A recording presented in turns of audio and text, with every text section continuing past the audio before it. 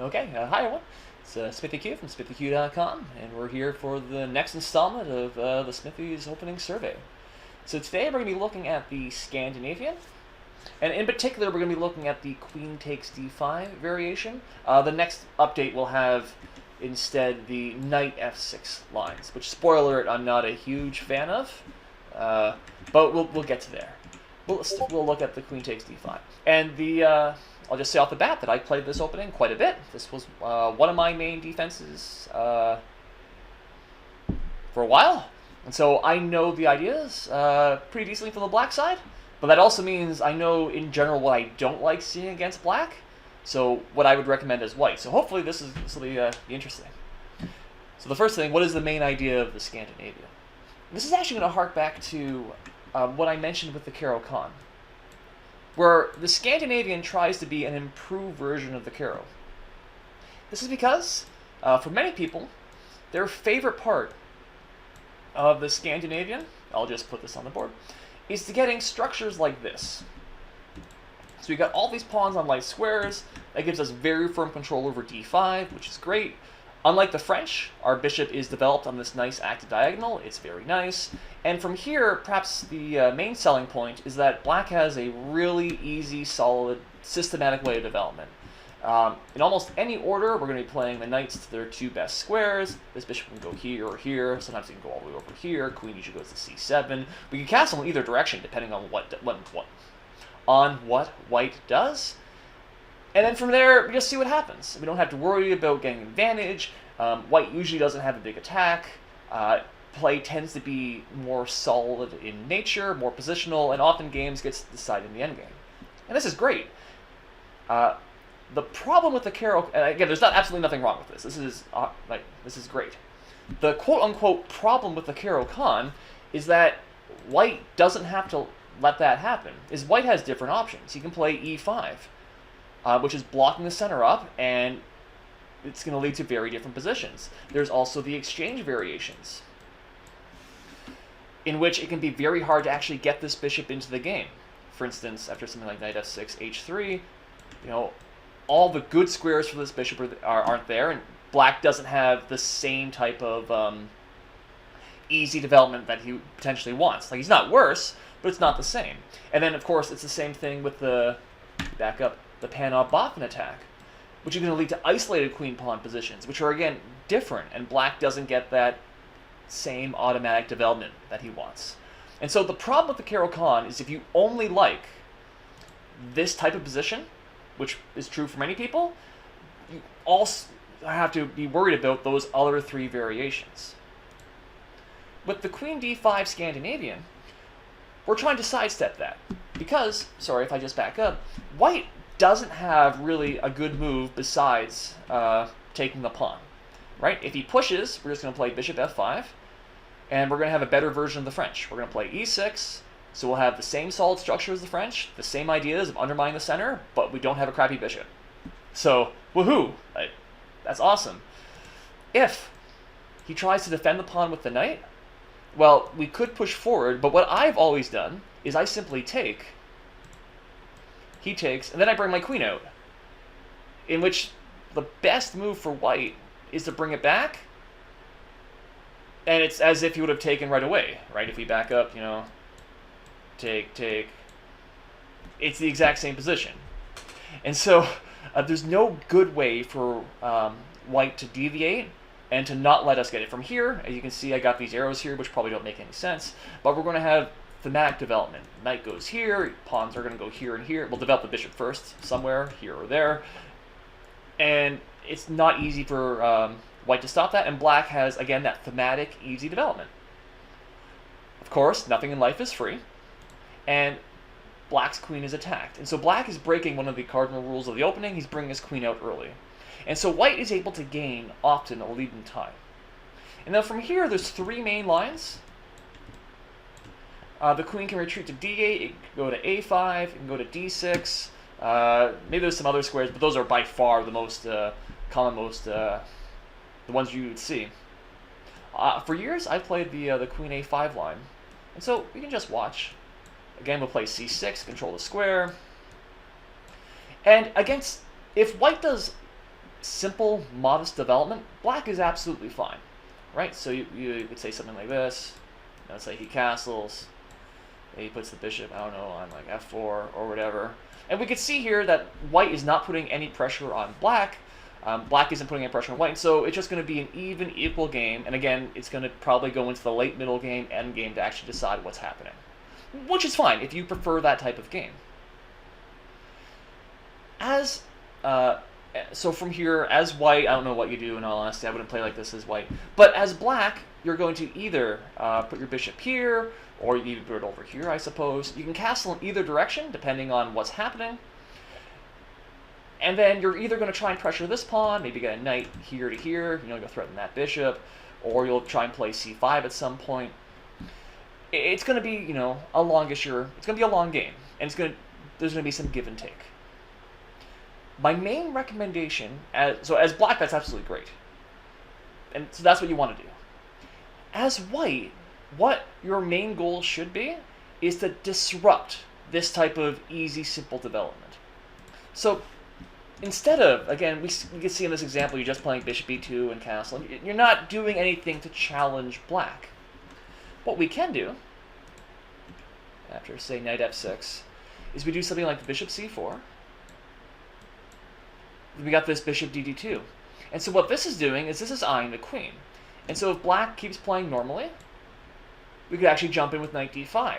The bishop is attacking the queen. The queen has to go somewhere. In fact, in this case, it has to go all the way back to d8. Take, take, and look at this. We've destroyed black's pawn structure. He has to do something different. We're also massively ahead in development. We've got 2 pieces developed, plus it's our move, versus his 1 move. Black has wasted several turns doing this strange, right angle triangle maneuver with his queen, just to put it back on the original square. It's move 9, and he has 1 piece developed, his pawn structure's wrecked. Where is he going to put his king? Not saying black is worse here, but, well, he probably is in all honesty. White probably has a nice advantage, and this is not my favorite position as black. Definitely. Do you see what happened? Because white, if I can back up, right, is creating this. And this is going to be forcing black to do something. And he has to be careful because, again, this knight can move regardless, and there's always that discovery attack against the queen. Let me back up. There are some other ideas as well. I'm not saying any are necessarily better or worse, but some ideas. Let's look at, knight f3, bishop f5, c6, c6. Okay, it's white's move. c6. Very, very common. One really powerful and potentially devastating idea is to jump in with knight e5. Okay, so we're obviously hitting this. And after e6, the main idea is to play g4. Ooh, bishop moves, we can keep going. Notice how the knight is defending this. We're trying to harass this bishop. We got a pawn storm going. We can then play the same thing, queen d2, bishop d2, queen e2. We can then castle queenside, so our king's going to be safe. And we just launch the pawns. Whoops, ignore that. Ah. We got the attack. No, his king's still in the center. It's much faster for him to castle king side, but then that's where the pawns are. Does he castle queen side? The pawns are still there. At the very least, white gets a space advantage. Black has to be very accurate here. Not saying he's worse, but he has to be accurate. And especially in a blitz game, especially if the only thing the black player knows is the simple, easy development, this can be very powerful.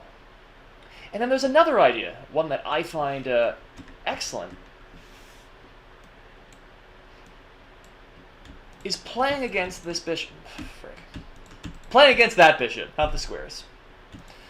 By using this idea of knight e2, knight g3, okay, let's castle, sure, why not? And then preparing f4. See what we're doing here? So now the knight is preparing to push in with f5, open the game up, harassing this bishop. And again, it's quite easy for black to drift into a relatively poor position here. Or, even potentially get this bishop trap. Well, maybe that doesn't happen very often, but the center can open up. Imagine he takes, center opens up, and then black, could be facing a vicious attack before he gets castled.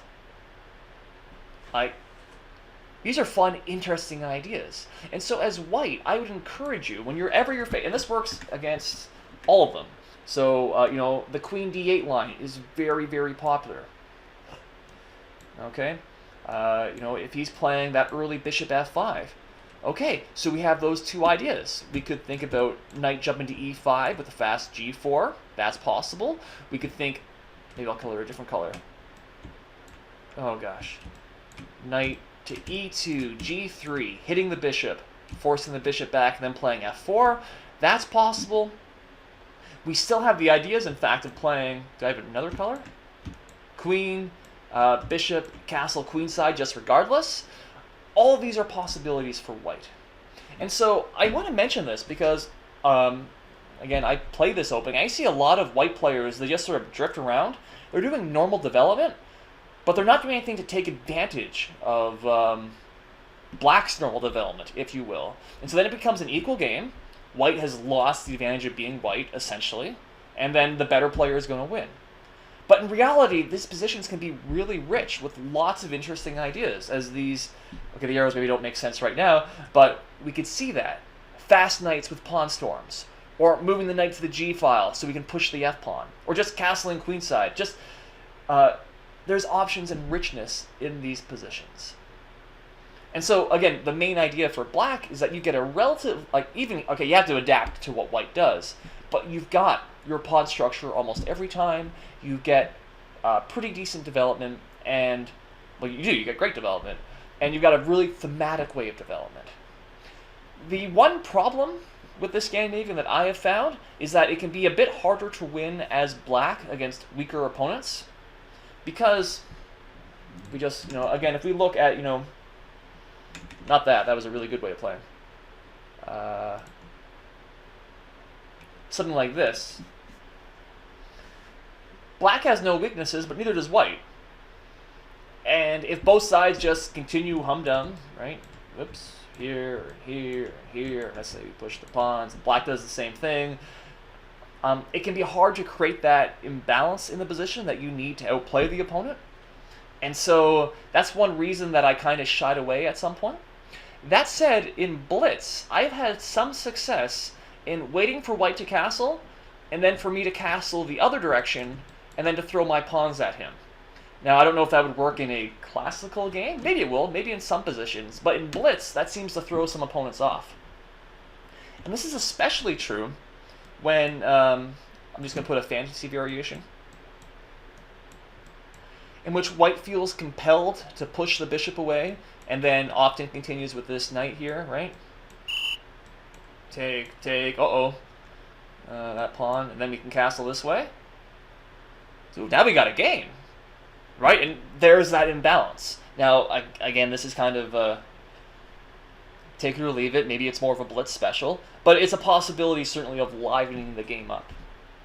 So, but there we go. That's the general idea. So the Scandinavian, it tries to be an improved version of the Caro-Kann, because it's very hard for white to, there's no good way for white to prevent it. However, it does give white ideas of, white does get a lead in time. Often white does get to chase the queen around. Black needs to be careful. There are many traps where the queen simply gets trapped because it developed too early. And certainly white's not worse in all these lines. But there you go. Is it a better Caro? Is it a worse Caro? Is it about even? Hard to say, though certainly the Caro-Kann is more popular at the Grandmaster level. But certainly at amateur level, again, because the only really good idea for white, I mean, the only sensible move is to take. And take, this really cuts down your preparation. You don't need to study anti-Sicilians or anti-Frenches or thousands of different variations.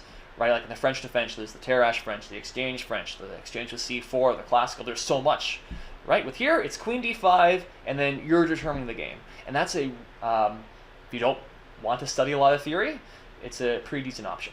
Anyway, that's enough. I can talk about this a lot more, because again, I've played it for quite a bit, but I think that'll do it for there. Next time, I'll cover the knight f6 lines, which are, even though it's the same first move, are substantially different in flavor and in the positions and the tactics and everything. But we'll get to that next time, probably as early as tomorrow. Otherwise, that's it. So again, I'm SmithyQ, SmithyQ.com. Comments, love to hear them. Again, I'll plug it one more time. My free course on Chessable, Smithy's Opening Fundamentals. You can search it, or the link's down below. Take a look. It's free, and it's... I've always wanted to be a chess author, so this is my first foray, and hopefully you find it useful, especially if you're really new to chess. You don't have a firm grasp of the principles. Hopefully you'll find that. But again, you can find information there. I don't need to talk about it anymore. Okay, guys, so that's it. Thanks for watching. Thanks for listening. Bye for now.